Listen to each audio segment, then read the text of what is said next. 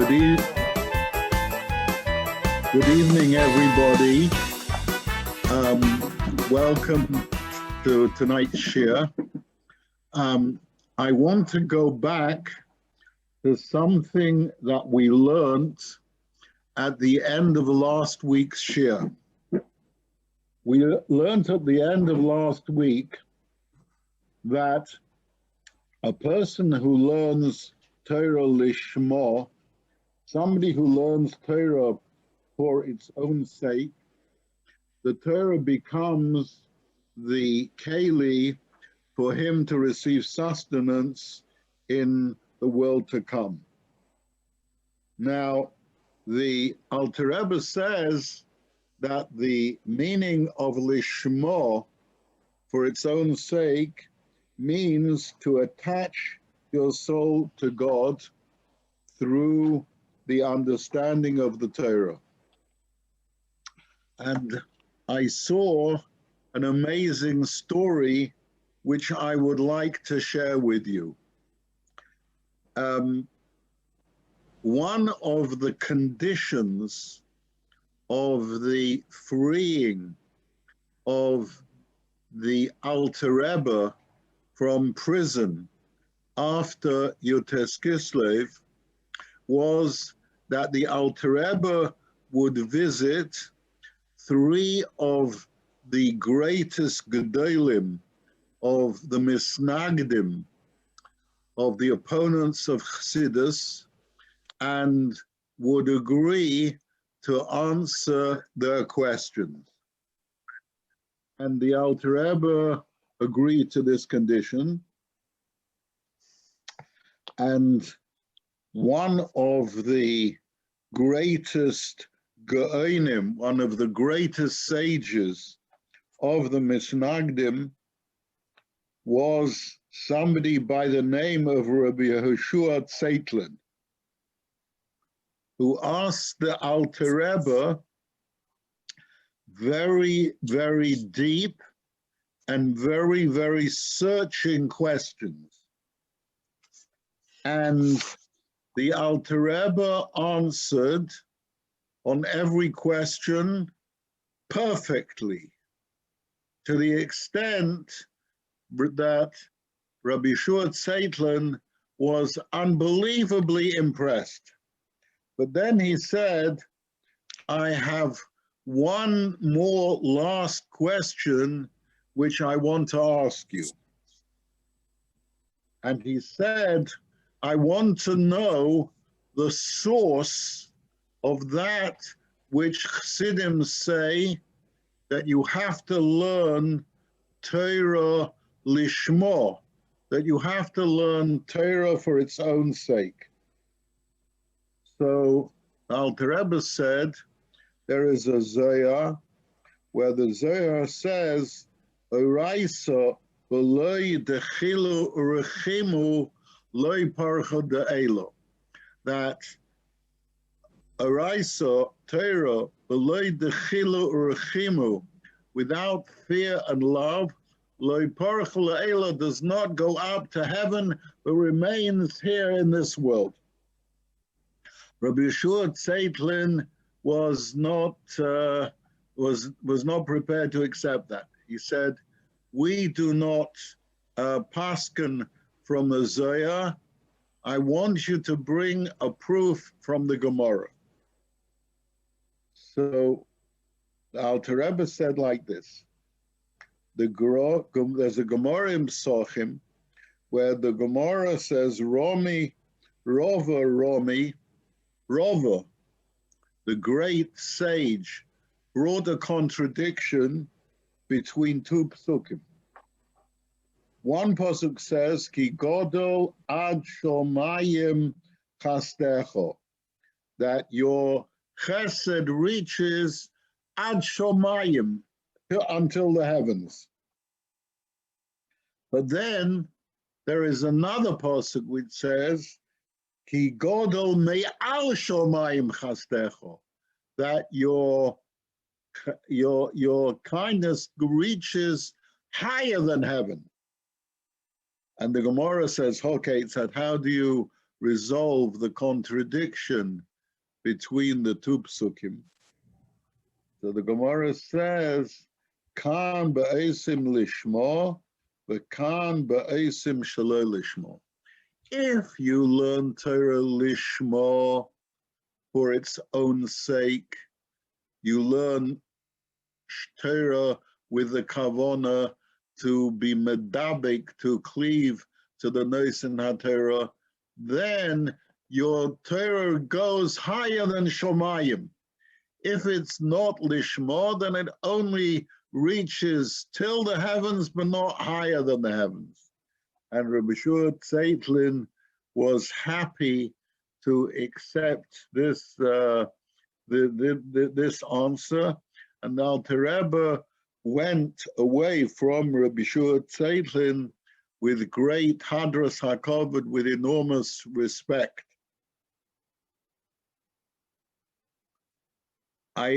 Everybody likes to hear a story, so I want to share with you one more story.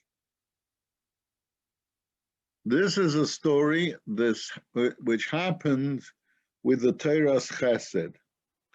The Teras Chesed was a chosid of the Tzemach Tzedek and was a great Gaon, an unbelievable scholar of world repute. And every year, when the Teras Chesed used to come to the Tzemach Tzedek, he used to bring with him a pilpul, halachic compendium, which he spent an enormous amount of time in putting together.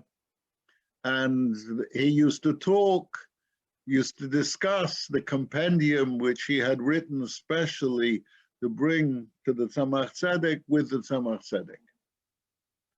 So one year he came to the Tzemach Tzedek, and he expounded his pilpul, and at the end, the Tzemach Tzedek listened very carefully to everything that he said, and he said that unfortunately, I have to tell you that your pilpul, your discourse, is based on a yesod, on a foundation which is incorrect, because there is a Mishnah which contradicts the foundation on everything that your pilpul is built on.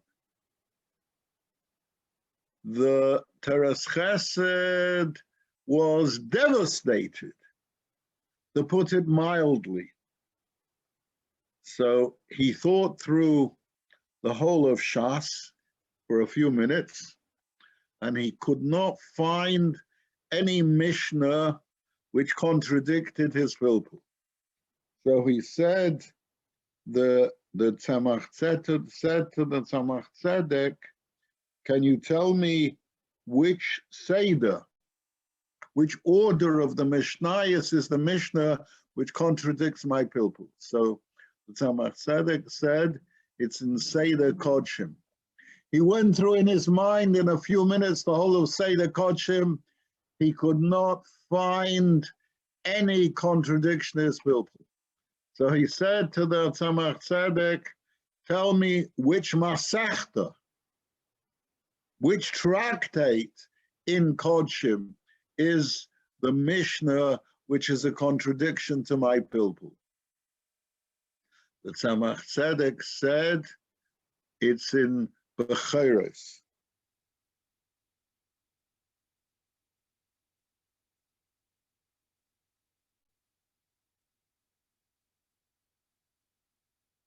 So he went through Becheres, all the Mishnayos in Becheres, and he could not find any Mishnah in the whole of Becheres which contradicted his pilpul.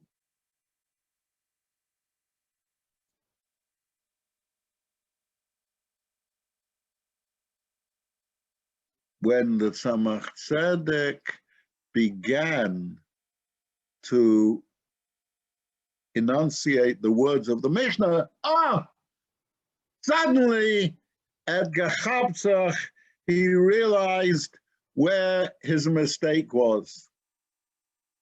And he said afterwards that is the difference between a person who learns Lishma, somebody who learns Torah for its own sake, and an ordinary person who learns Torah. Because when a person learns Torah Lishma, he and the Torah become one.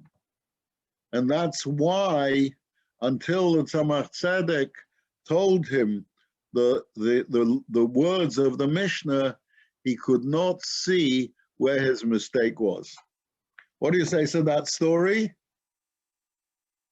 Hello. It was given with beautiful expression. Thank you, Rabbi Chaim. Okay. So now we're going to start Perek Shishi, the 6th Perek of the Tanya. In this Perek, there are a number of chidushim.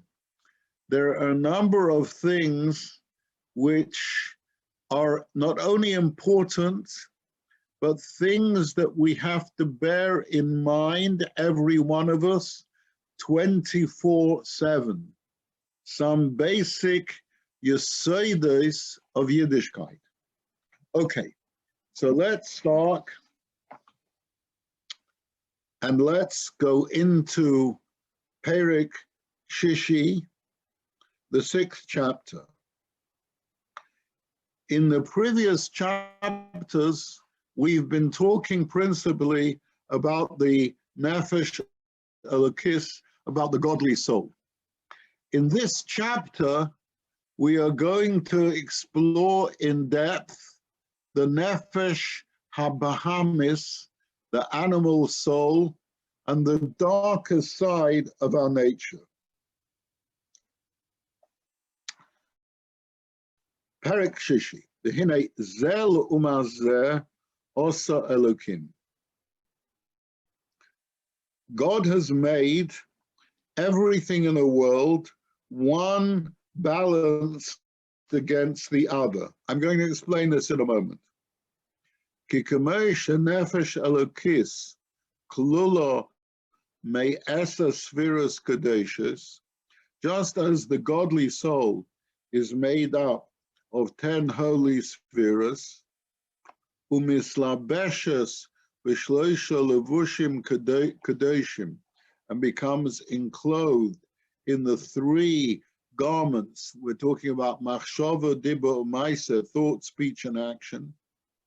Kach hanefesh the sitra achra, so the nefesh which comes from the other side, miklipas nega hamlubeshes bedam ha'odam, which is enclosed in the blood of the person, klula me'ese kisrin de mesu'uvta, is made up of 10 crowns of unholiness, of the opposite of Kedusha. HaKadosh Baruch Hu wants to give us the opportunity to earn the most unbelievable reward. But in order to be zeicha to this reward, there has to be free choice. And in order for there to be free choice, the good and the evil within us and within the world at large has to be totally balanced. Because if it's not totally balanced, then we don't have free choice.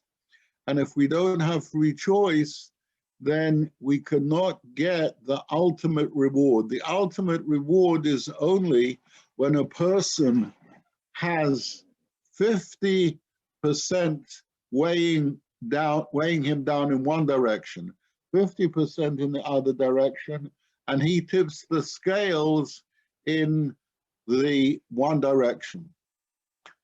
The Rebbe quotes very, very often the Rambam in Mishnah Torah. The Rambam in Mishnah Torah says that a person should always view himself and the world as totally balanced, and should realize that whatever he chooses to do, he is going to tip the scales for himself and for the entire universe, for all the worlds. He's going to either bring in an influx of flow of Kedusha, or he is going to chas v'sholem do the opposite. So everything has to be totally balanced. Now,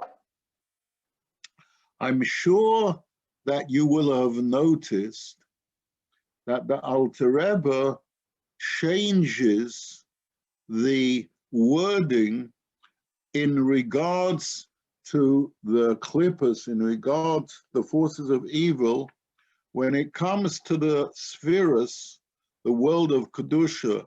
The Alter Rebbe calls them spheres. Spheres means the translucent bodies which radiate light. And when it comes to the klippa, the Alter Rebbe calls them the kisrin, the kisrin, the crowns, the mesu'ufta of uncleanliness. This change of wording is very crucial, because the Alter Rebbe is telling us that just as a crown is something which goes on top of the head of the person but doesn't unite with the person, the evil that never becomes totally one with a person. The Gemara says, "Afilu b'shas hachet hoiso be'omno itay," that even at the time when a person sins, even at the time when a person does something which is completely opposite to the Ratzon of Hashem, the neshama is still united with its source. The aveira, the sin, whatever the sin is, does not affect the core relationship between the neshama and its source. And that is one of the reasons that the Alter Rebbe uses the Lashon kisrin de mesu'ufta, crowns of uncleanliness. There is another very, very important and very deep thought here.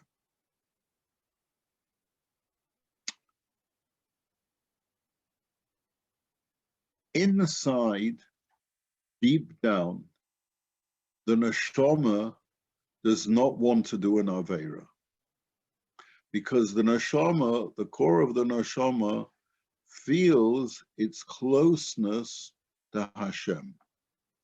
So the Alter Rebbe later in Tanya asks the question, if the neshama deep down feels its oneness with Hashem, how is it that we come to do an aveira?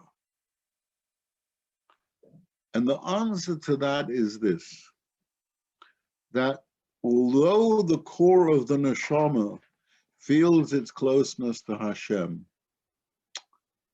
the sitra achra, the forces of evil, the nefesh habamis, the animal soul, is so clever and so powerful that it is able to persuade us that we can do the aveira and this is not going to disturb the core relationship that our neshama has with Hashem. In the Maimah Bossi Legani,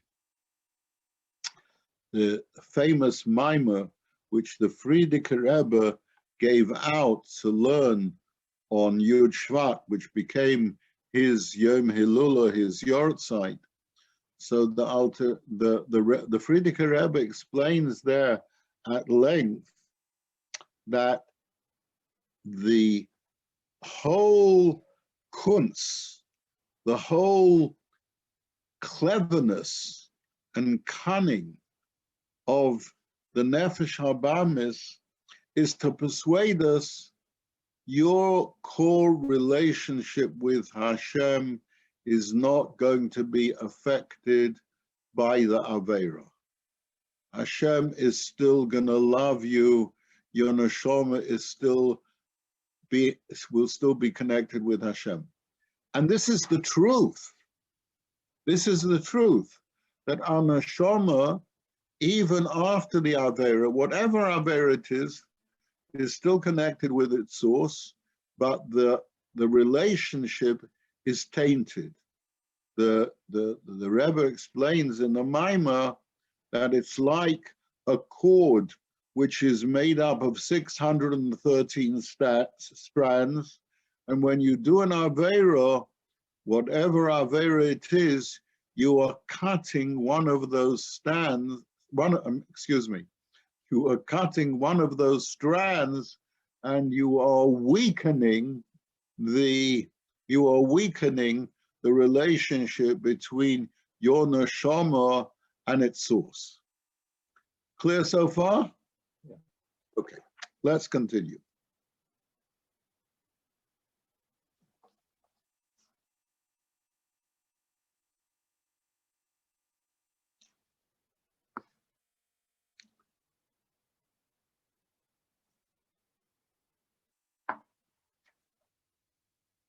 Okay, so the Alter Rebbe says, Shehein Sheva Midas Rois, these 10 crowns are the 7 evil midas, even evil emotions. Habois me arba yesoides roim hanal, which come from the 4 elements, the 4 core elements of the Nefesh Habamis. In order to do an Aveira, in order to sin, we need to disengage, to detach our consciousness from our inner self, which yearns to be good and to be wholesome. And this is one of the other reasons that the Sitra Achra is called the Kisrin de Mesu'ufta, the crowns of unholiness, because we need to detach ourselves from our essence, from our core, from the core of the neshama, in order to enable us to do an Aveira.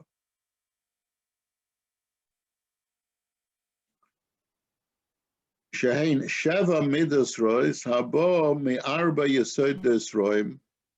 These powers of the animal soul consist of the 7 negative emotional powers emanating from the 4 negative elements. Alter Rebbe mentioned in Perek Beis that there are 4 negative elements, which are water, air, earth, and fire, which naturally give rise to negative behavior, anger, self-indulgence, shallowness, and laziness.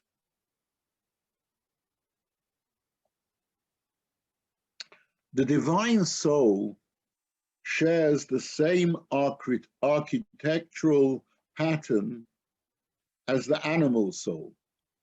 3 mental and 7 emotional powers. However, the way in which the emotions and the intellect in the animal soul function is very, very different. In the case of the divine soul, one only develops a love and a reverence for Hashem after the divine soul meditates on the greatness of Hashem. However, in the case of the animal soul, of the Nefesh Habamis, this is not so. I don't need to meditate in depth about the pleasure of eating some good cheesecake, because my Nefesh Habamis feels this naturally. I'm talking obviously about a person like myself who likes cheesecake, but every person can insert the things which their Nefesh Habamis has an attraction towards. We don't need to meditate. It comes naturally because the emotions of the Nefesh Habamis have a natural attraction towards everything which is pleasurable for that particular person.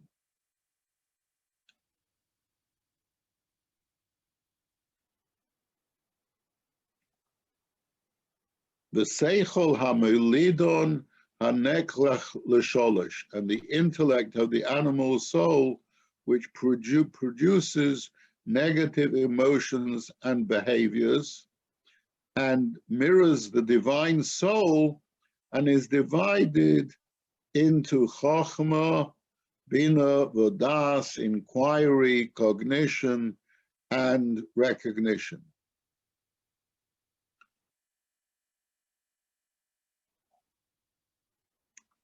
One shouldn't think for a moment that the Nefesh Habamis does not have seichel. The Nefesh Habamis has seichel in the same way as the Nefesh Elokis has intelligence, except that in the case of the Nefesh Habamis, the intelligence of the Nefesh Habamis is used in order to attain the maximum physical pleasures and enjoyments from Olam Hazeh.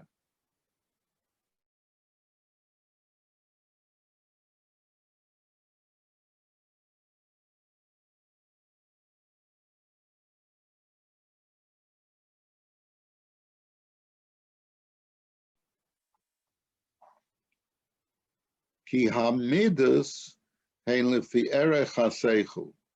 To engage in the desire to get a little fire engine or a little car or whatever kind of toy he understands to be most pleasurable to him at that particular v'chein miskais umiskatsev midvorim katanim.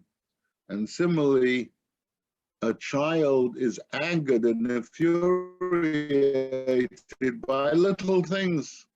V'chein bisparos v'shar hamidus, and the same is showing off, and other negative traits which are all relative to the child's intellectual depth. So, what is the Alter Rebbe explaining to us here? Because the seichel of the Nefesh Habamis is directed towards negative things, towards things which take us away from Hashem, so the Nefesh Habamis uses its seichel to fan our midas, to fan our emotions, that we should feel more strongly the attraction these little insignificant things which a child feels to be pleasurable. And as people grow up, very often what happens is that they substitute the fire engine for a sports car or other toys which don't appear to be toys, but are really just toys in a different guise, in a different kind of lavush, a different kind of garment.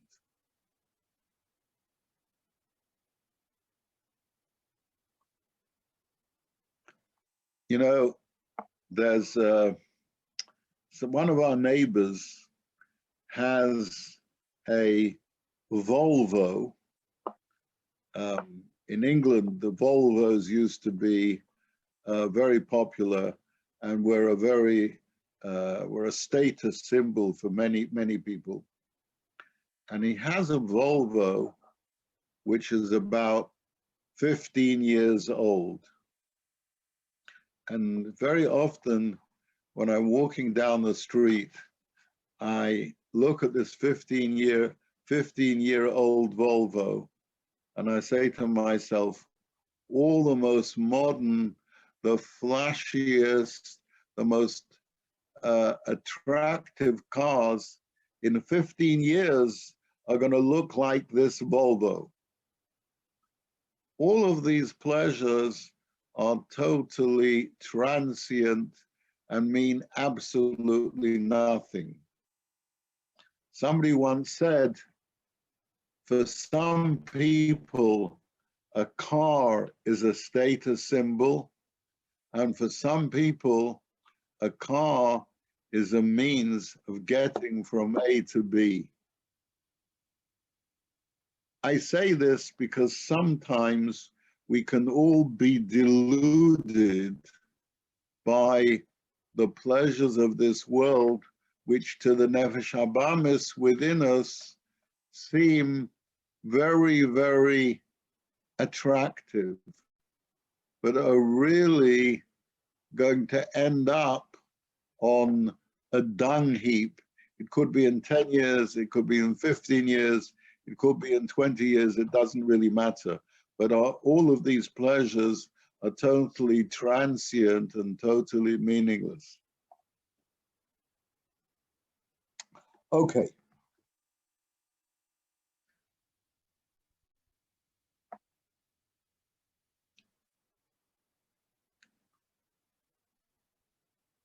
We now turn to the tools of speech and actions. While the garments of the godly soul are a vehicle for all things sacred, the animal soul expresses its energy in pure garments. I'm sorry, in impure garments. And in the same way, as we said in the previous, that the levushim, the garments of the nefesh elokis, thought, speech, and action, when engaged in kedusha and Torah mitzvahs, are higher than the neshama itself. The same thing is true of the garments of the nefesh habamis of the animal soul. That the garments of the animal soul are married trauma, which is unbelievable, which is worse, much worse than the nefesh habamis itself, as we're going to explain. These 10 impure powers, she'odom machashev bohen, when a person thinks about them, or medaber, or speaks, or oiseh, hare machshavte shebemoicho v'diburo shebepiv, v'koyach ha'maisa biyadav u'shar evorov nikroim levushay mesavu le'esa b'chinas elu hatmeis shemislabshes bohen b'shas maisa or dibu umatzova. Says like this. The Rebbe says that when a person uses their thought, speech, and action to engage these in thought, speech, and action which are impure, the neshama totally becomes enveloped in impurity, and a person is then dragging his neshama down into the depths of tumah, which in a sense is much worse than the nefesh habamis itself, because Hashem placed the nefesh habamis within the person in order to test the person. But when the person fails and falls, the impurity and the tumah which they're bringing on the neshama is far worse than the nefesh habamis itself. It's far worse than the nefesh habamis, than the animal soul itself.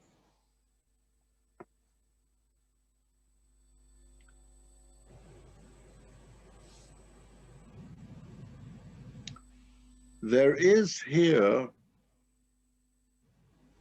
a very, very important idea, a principle, which is a yesod, which is a foundation in Torah and understanding our relationship with Hashem.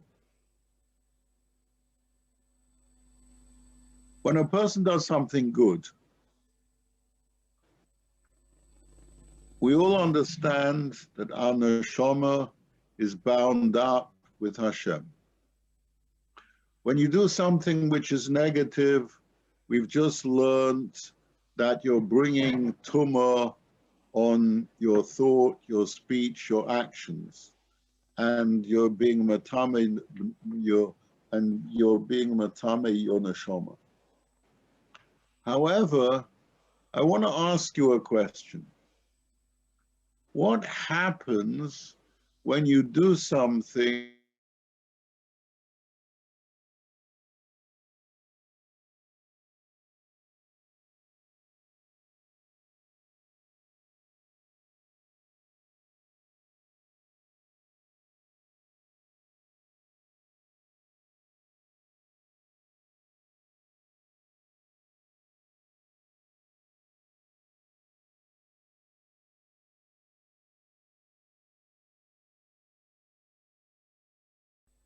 I once heard that a woman said,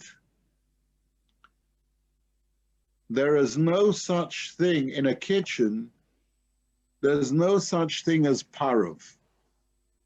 Parov is treif. When it comes to our minds, to our thoughts, to our speech and our action, there is no gray area. There is nothing which is neutral. Either something is going to take us closer to Hashem, or something is going to take us away from Hashem.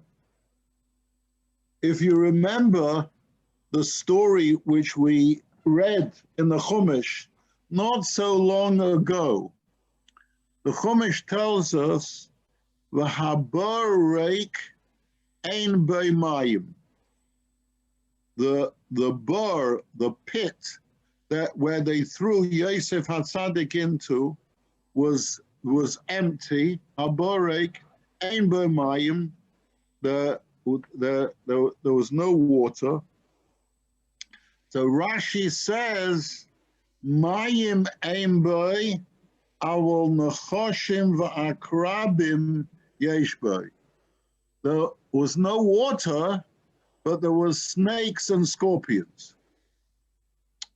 So that Rashi, which is actually taken from the Gemara, it's a Gemara in Shabbos.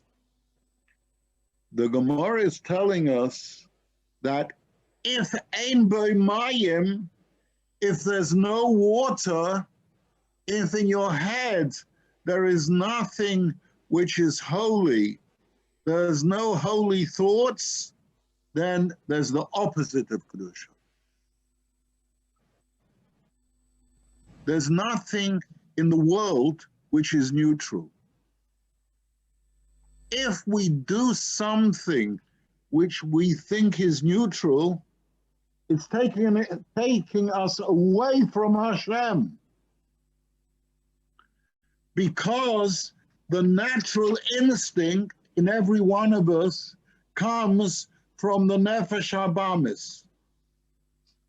And the Nefesh Habamis is klippa, is unclean. So without exertion, that which comes naturally to us, to every one of us, without effort, is taking us away from Hashem.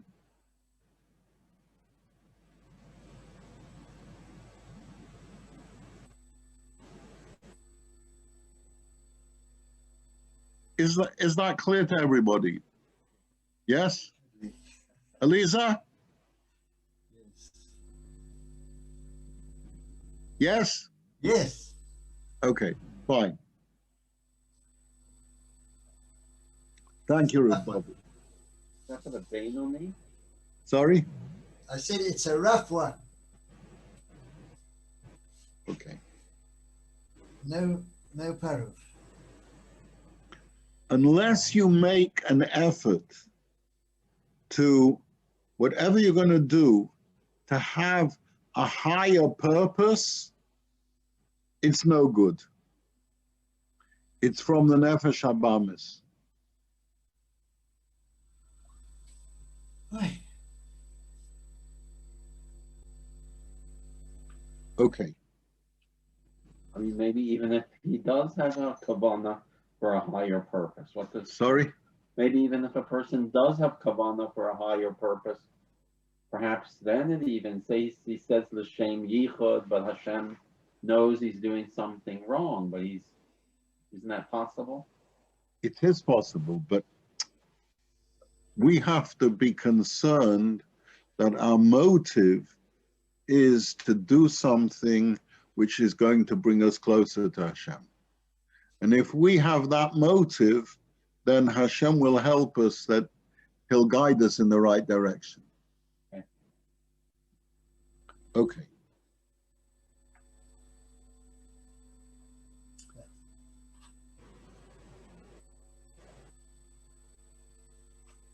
Okay, let's continue.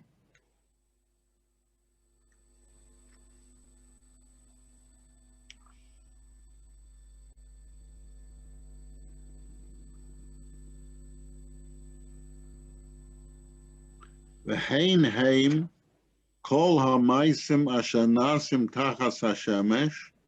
These are all everything which is done, the thoughts, the words, and the actions of the animal soul that constitute all the things that are done under the sun. Shehein teviru derucha, which are all empty and a strain to the spirit. They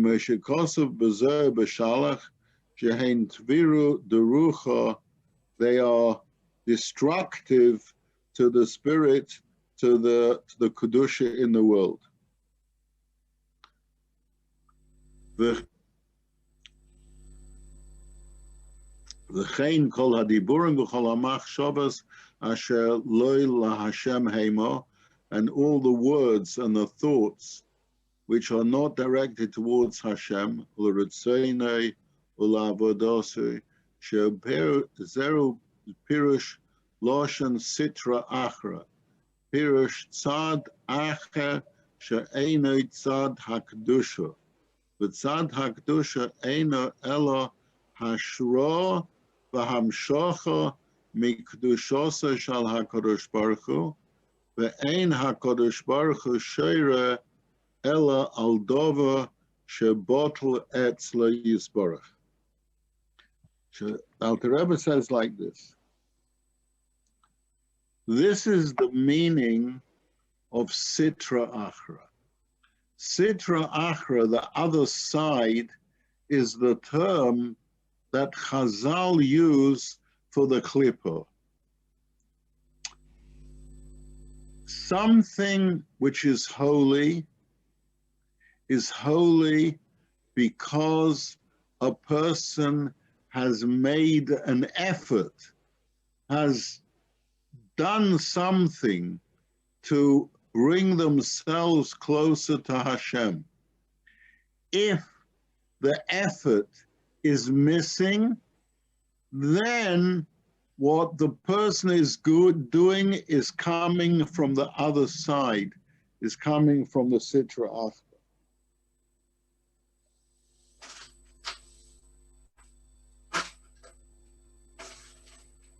So, according to what the Alter Rebbe is saying here, the Sitra Achra refers to anything which is against Rotzen Hashem, which is against the will of Hashem, or any ordinary act which is done without a kavanah, without an intention of bringing us closer to Hashem.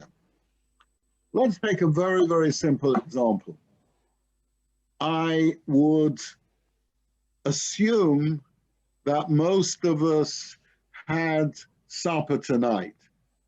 And if we didn't yet have supper, then we had lunch, right? When we had lunch today or tonight, did we think that we're eating this food in order to get energy to serve Hashem? So the answer is, if we did, then eating the food has brought us closer to Hashem. If we didn't, then we have not elevated the sparks of Kedusha in that food. And it pains me to say this, but our eating is really no different from an animal which eats in order to be able to continue to be alive. My wife wants to check up if I'm using the energy from the supper that she gave me productively. Very, very inspiring. Very well. I can't afford a new hat. Okay. So, but eating is just an example. The same is true of business. The same is true of our interpersonal relationships. Everything that we do can be done the way a non-Jew, chas v'sholem, does it, or as a Jew who is using the means which HaKadosh Baruch Hu has given us, the food which He's given us, the clothing that He's given us, the money that He's given us, to use in the most positive way, to use all the brachas that Hashem has given us in order to bring us closer to Him. And not only that, but we are elevating the sparks of Kedusha, which there is in the food, which there is in the money, which there is in our clothing, etc., etc. Okay, let's go on.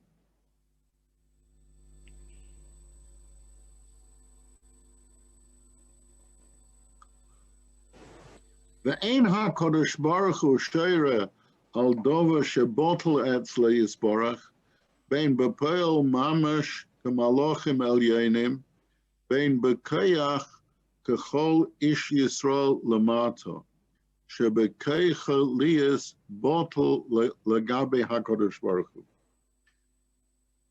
And the Tzad HaKedusha, the holy side, includes only something into which holiness can be drawn and be present.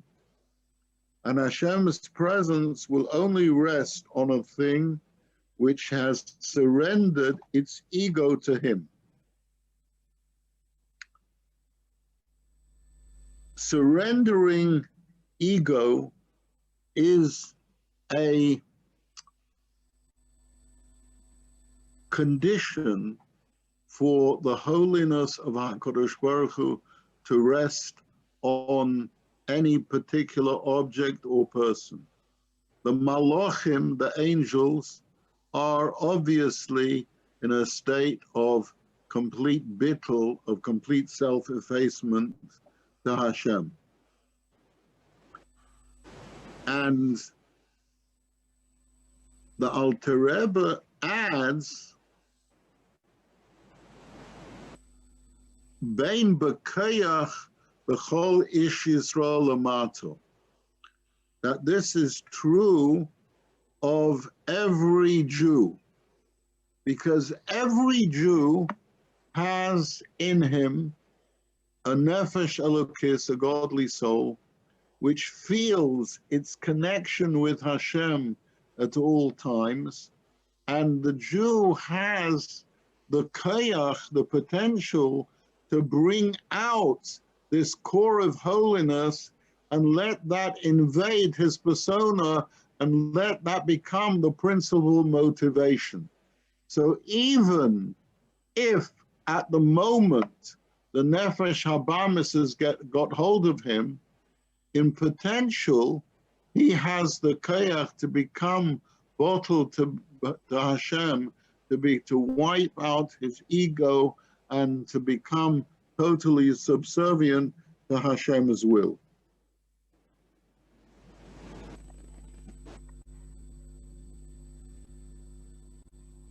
In the unenlightened state, my animal soul can appreciate only tangible reality. It lacks the tools to modify that perception, to see itself as divine and sense the pulsating divine energy that lies beneath the world's veil. Therefore, it mistakenly sees its own existence as separate from the divine.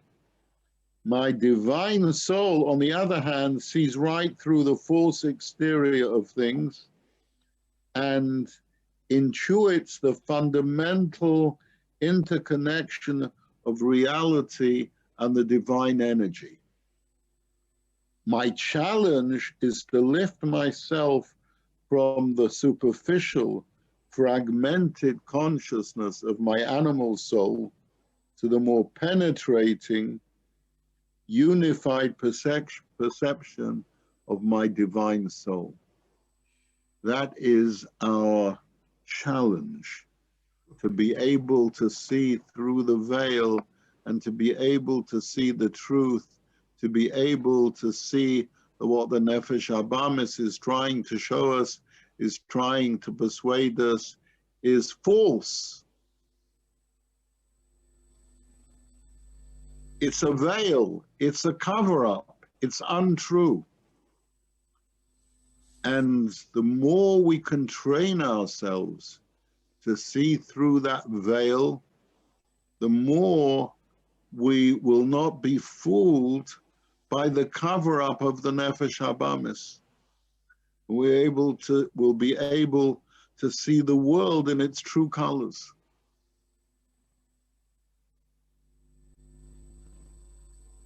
Shafilu echod sheyeshev ve'esek b'Torah, that even somebody, one individual who's sitting and learning Torah, Shchina Shruya, the Shchina, the divine presence rests upon him.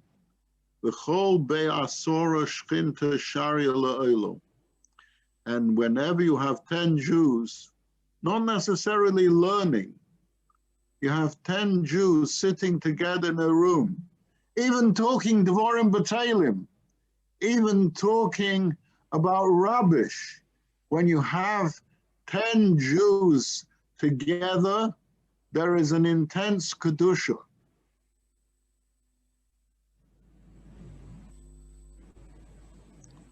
Aval kol ma she'eino bottle etzlo yisborach, but anything which is not bottle, which is not subservient to him, Elahu dovad nifrod bifnei atzmei, but something separate from him, Eino mekabel chayas mikdushosa shel HaKadosh Baruch Hu, does not receive the chayas, the energy, the vitality from the kedusha of HaKadosh Baruch Hu, b'bchinas pnimius HaKedusha, from the innermost depths of the kedusha u'mahusa v'atzmusa, and its very core and its very essence, b'chveidei b'atzmei, elo mibchinas acharayim sheyeredim mimadrega lemadrega revovas madregas b'ishtalshalos elamis derech ilo b'olol v'tzimtzumim rabim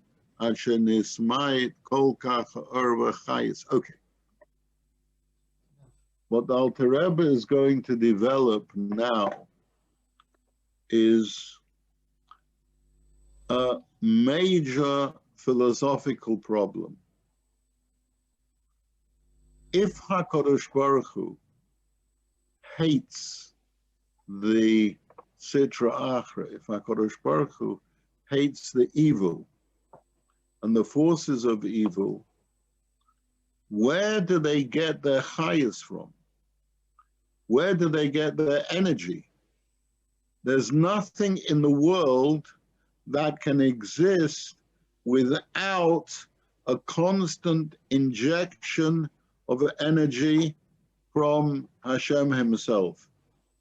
So if Hashem hates the Sitra Achra, where did they get their chayas from? Where did they get their energy? Where did they get their vitality from?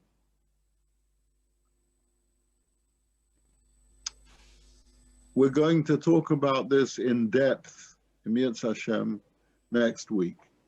Good. But I don't want to leave you with a cliffhanger, and I just want to explain the core answer before we finish today.